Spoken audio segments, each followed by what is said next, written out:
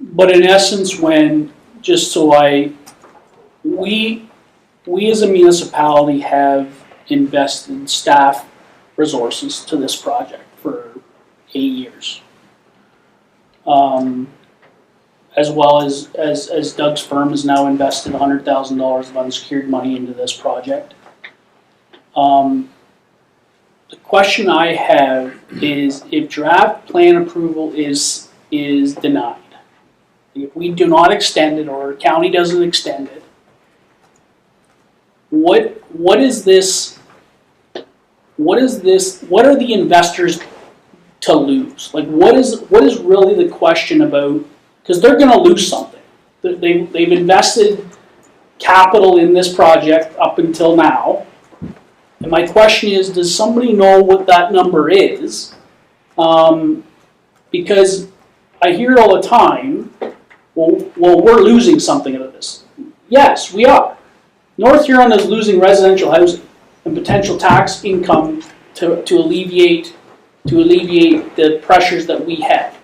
And we know and we believe that we can get that residential housing if we develop it. We know from information that we've got that can sell. And we know that. So yes, we are losing. But in my mind, they're losing more. But I want to reiterate that but the question is we can't tell them that's something they have to learn on their own, I guess, that they're going to have some type of loss in this deal, other than the fact that if they continue to think that land is worth $6 million, then I think they're going to hold on until the cows come home, if that's what they believe. So does staff know, like, what is the value of that? What is the value that they're potentially at loss if we do not increase or extend draft plan approval? Do we have an idea? Doug, do you know? No, through your worship, as far as so if draft, I in terms of the numbers, I don't know, to be honest. But in terms of once or if draft plan approval lapses, in order for any development to happen on those lands, and if it was by virtue of plan of subdivision, whoever is doing development on those lands essentially starts over at day one.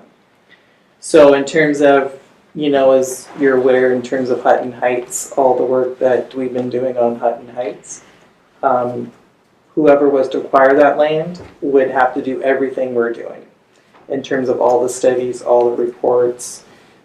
So all of that money, for example, that has been invested in all that work that's been done, the engineering, the archaeological, the environmental, all that's all gone.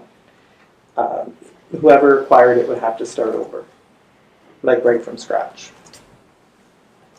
So essentially, and think going back to Doug's comment, or a comment I heard in terms of, it has, as I'll call it agricultural land, it has a value. With draft plan approval, it has an increase in value, just by virtue of the fact that once you clear the conditions, then you can start developing those lands. But when you lose that draft approval, then essentially it goes to the value of agricultural land, in my mind. Because, again, you have to start over. I'm happy to comment. Through public records and through publicized documents from 8A, you can find that the purchase price of this land was $1.6 million. The co-owners who own this land today, who purchased it from 8A, paid $11.25 million for it. So, yeah. So that's the spread. And when we did the appraisal at 3.18, we thought we'd come in at 4.5 based on market demand, but the market demand here is immeasurable.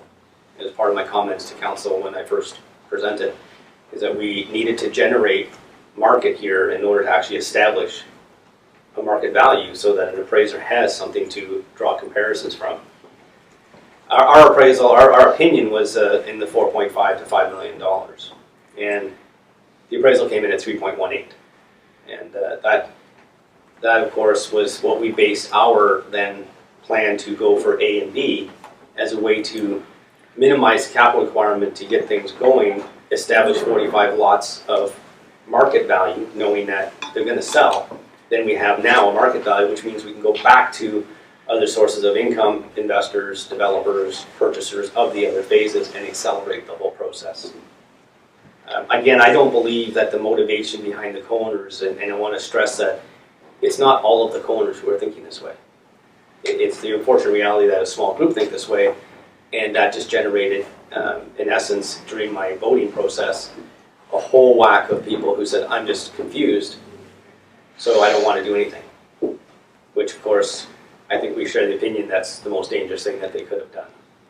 Whether or not we were able to articulate it properly, we take responsibility for that.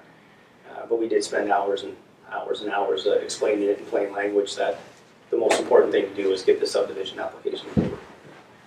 So they do have something to lose.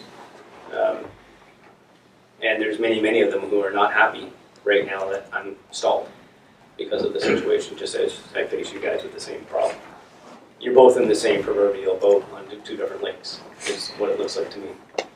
And so there is a motivation for them, and I can continue the dialogue with them, and I can continue to push and seek at least the consent on an application for extension and report back on October 5th.